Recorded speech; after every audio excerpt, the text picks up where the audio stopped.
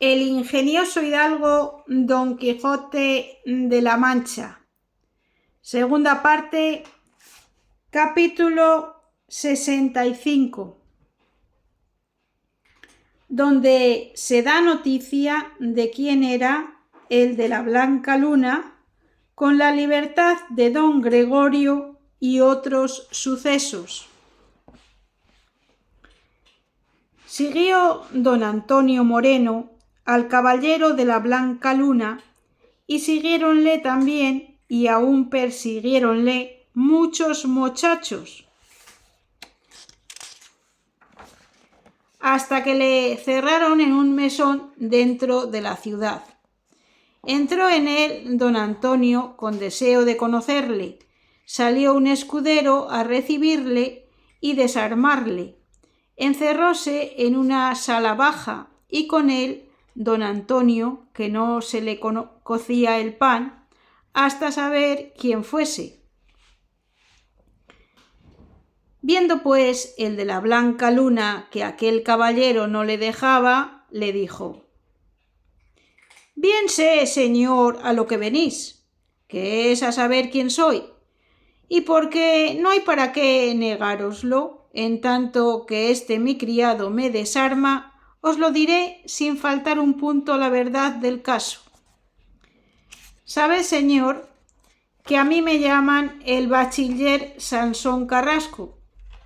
Soy del mismo lugar de Don Quijote de la Mancha, cuya locura y sandez mueve a que le tengamos lástima todos cuantos le conocemos, y entre los que más se la han tenido he sido yo, y creyendo que está su salud en su reposo y en que se esté en su tierra y en su casa, di traza para hacerle estar en ella, y así habrá 3 meses que le salí como caballero andante, llamándome el caballero de los espejos, con intención de pelear con él y vencerle, sin hacerle daño, poniendo por condición de nuestra pelea que el vencido quedase a discreción del vencedor, y lo que yo pensaba decirle, porque ya le juzgaba por vencido, era que se volviese a su lugar y que no saliese de él en todo un año, en el cual tiempo podría ser curado. Pero la suerte lo ordenó de otra manera, porque él me venció a mí y me derribó del caballo, y así no tuvo efecto mi pensamiento.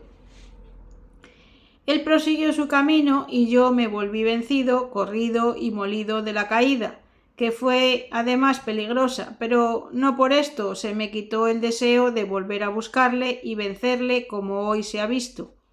Y como él es tan puntual en guardar las órdenes de la andante caballería, sin duda alguna guardará la que le he dado en cumplimiento de su palabra. Esto es, señor, lo que pasa, sin que tenga que deciros otra cosa alguna.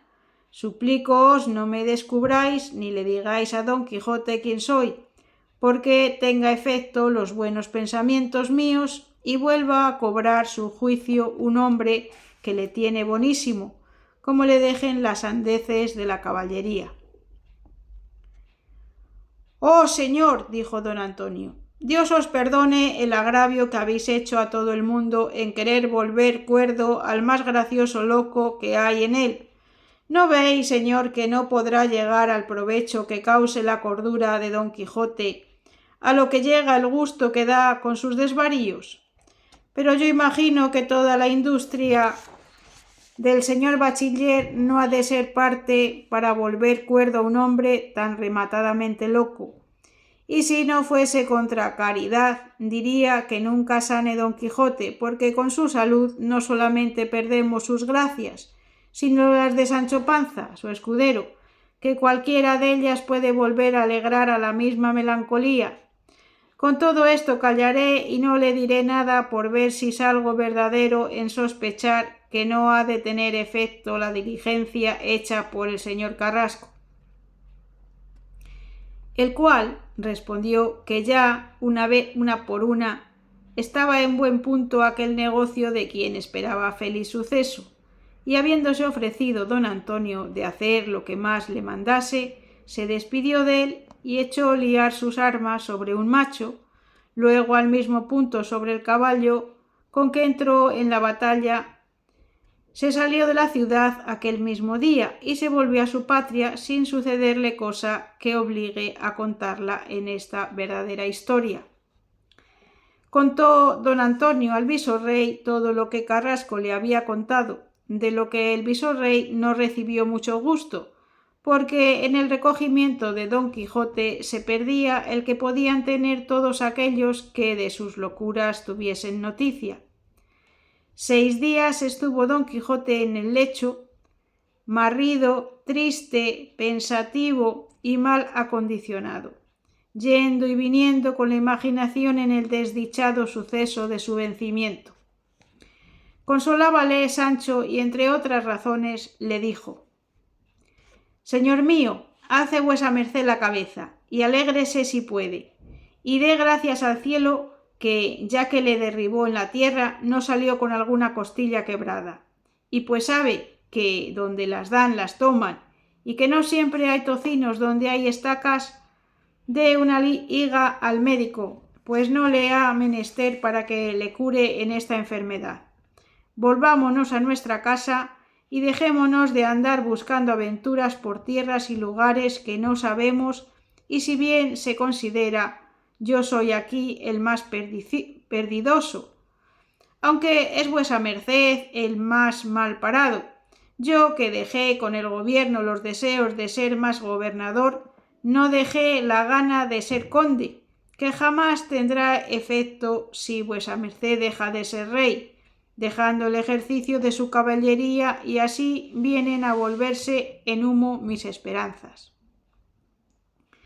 Calla, Sancho, pues ves que mi reclusión y retirada no ha de pasar de 1 año, que luego volveré a mis honrados ejercicios, y no me ha de faltar reino que gane y algún condado que darte. Dios lo oiga, dijo Sancho, y el pecado sea sordo, que siempre he oído decir que más vale buena esperanza que ruin posesión. En esto estaban cuando entró don Antonio diciendo con muestras de grandísimo contento: ¡Albricia, señor Don Quijote! Que don Gregorio y el renegado que fue por él están en la playa. ¿Qué digo en la playa? Ya están en la casa del visorrey, y serán aquí al momento. Alegróse algún tanto don Quijote y dijo: En verdad que estoy por decir que me holgara que hubiera sucedido todo al revés, porque me obligara a pasar a Berbería, donde con la fuerza de mi brazo diera libertad no solo a don Gregorio, sino a cuantos cristianos cautivos hay en Berbería. Pero, ¿qué digo, miserable? ¿No soy yo el que no puede tomar arma en 1 año? Pues, ¿qué prometo? ¿De qué me alabo si antes me conviene usar de la rueca que de la espada? Déjese de eso, señor, dijo Sancho, y viva la gallina, aunque con su pepita, que hoy por ti y mañana por mí.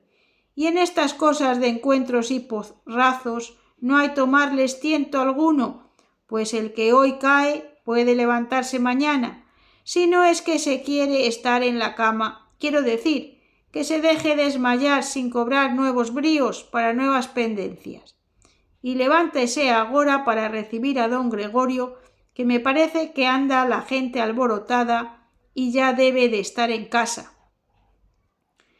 Y así era la verdad, porque habiendo ya dado cuenta don Gregorio y el renegado al visorrey de su ida y vuelta, deseoso don Gregorio de ver a Ana Félix, vino con el renegado a casa de don Antonio, y aunque don Gregorio, cuando le sacaron de Argel, fue con hábitos de mujer, en el barco los trocó por los de un cautivo que salió consigo, pero en cualquiera que viniera mostrara ser persona para ser codiciada, servida y estimada, porque era hermoso sobremanera, y la edad al parecer de 17 o 18 años. Ricote y su hija salieron a recibirle, el padre con lágrimas y la hija con honestidad. No se abrazaron unos a otros porque donde hay mucho amor no suele haber demasiada desenvoltura. Las dos bellezas juntas de don Gregorio y Ana Félix admiraron en particular a todos juntos los que presentes estaban. El silencio fue allí el que habló por los dos amantes, y los ojos fueron las lenguas que descubrieron sus alegres y honestos pensamientos. Contó el renegado la industria y medio que tuvo para sacar a don Gregorio. Contó don Gregorio los peligros y aprietos en que se había visto con las mujeres con quien había quedado, no con largo razonamiento, sino con breves palabras, donde mostró que su discreción se adelantaba a sus años. Finalmente, Ricote pagó y satisfizo liberalmente así al renegado como a los que habían bogado al remo. Reincorporóse y redújose el renegado con la Iglesia, y de miembro podrido volvió limpio y sano con la penitencia y el arrepentimiento. De allí a 2 días trató el visorrey con don Antonio qué modo tendrían para que Ana Félix y su padre quedasen en España, pareciéndoles no ser de inconveniente alguno que quedasen en ella hija tan cristiana y padre, al parecer, tan bien intencionado. Don Antonio se ofreció venir a la corte a negociarlo, donde había de venir forzosamente a otros negocios, dando a entender que en ella, por medio del favor y de las dádivas, muchas cosas dificultosas se acaban. No, dijo Ricote, que se halló presente a esta plática, hay que esperar en favores ni en dádivas, porque con el gran don Bernardino de Velasco, conde de Salazar, a quien dio su majestad cargo de nuestra expulsión, no valen ruegos, no promesas, no dádivas, no lástimas, porque aunque es verdad que él mezcla la misericordia con la justicia, como él ve que todo el cuerpo de nuestra nación está contaminado y podrido, usa con él antes del cauterio que abrasa que del ungüento que molifica, y así con prudencia, con sagacidad, con diligencia y con miedos que pone, ha llevado sobre sus fuertes hombros a debida ejecución el peso de esta gran máquina, sin que nuestras industrias, estratagemas, solicitudes y fraudes hayan podido deslumbrar sus ojos de Argos, que continuo tiene alerta porque no se le quede ni encubra alguno de los nuestros, que como raíz escondida con el tiempo venga después a brotar y echar frutos venenosos en España, ya limpia, ya desembarazada de los temores en que nuestra muchedumbre la tenía. Heroica resolución del gran Filipo III y inaudita prudencia en haberla encargado al tal don Bernardino de Velasco. Una por una yo haré puesto allá las diligencias posibles y haga el cielo lo que más fuere servido, dijo don Antonio. Don Gregorio se irá conmigo a consolar la pena que sus padres deben tener por su ausencia. Ana Félix se quedará con mi mujer en mi casa o en un monasterio, y yo sé que el señor visorrey gustará se quede en la suya el buen Ricote hasta ver cómo yo negocio. El visorrey consintió en todo lo propuesto, pero don Gregorio, sabiendo lo que pasaba, dijo que en ninguna manera podía ni quería dejar a doña Ana Félix, pero teniendo intención de ver a sus padres y de dar traza de volver por ella, vino en el decretado concierto. Quedóse Ana Félix con la mujer de don Antonio y Ricote en casa del visorrey. Llegóse el día de la partida de don Antonio y el de don Quijote y Sancho, que fue de allí a otros 2, que la caída no le concedió que más presto se pusiese en camino. Hubo lágrimas, hubo suspiros, desmayos y sollozos al despedirse don Gregorio de Ana Félix. Ofrecióle Ricote a don Gregorio 1000 escudos si los quería, pero él no tomó ninguno, sino solos 5 que le prestó don Antonio, prometiendo la paga de ellos en la corte. Con esto se partieron los 2 y don Quijote y Sancho después, como se ha dicho. Don Quijote desarmado y de camino, Sancho a pie por ir el rucio cargado con las armas. Y aquí termina el capítulo 65. Mañana podrás escuchar el capítulo 66, que trata de lo que verá el que lo leyere y lo oirá el que lo escuchare leer. Muchísimas gracias si has llegado hasta aquí. No te pierdas mañana el siguiente capítulo de esta maravillosa historia. Muchas gracias y que tengas un gran día. Adiós.